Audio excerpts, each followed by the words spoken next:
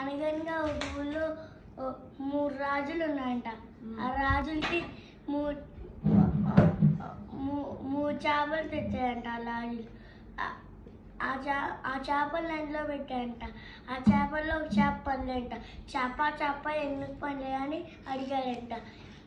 తర్వాత నా గడ్డి అడ్డం వచ్చింది అని చెప్పాడంట అని చెప్పిందంట. గడ్డి మోపు ఎందుకు అడ్డం వచ్చావు అని అంటే, పని మనిషి నాకు గేదె నన్ను తినలేదు అని అంట. గేద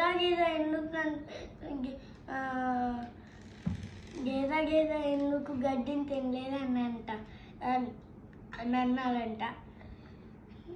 పని మనిషి నాకు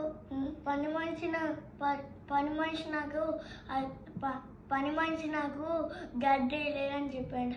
పని మనిషి ఎందుకు గేదెకి ఫుడ్ లేదని అడిగాడంట. నన్ను చీమ కుట్టింది అని చెప్పాడంట. చీమ ఎందుకు కుట్టావంటే, నా బంగారు కుట్లు చేపెడితే నువ్వు కుట్టినా అన్నంట.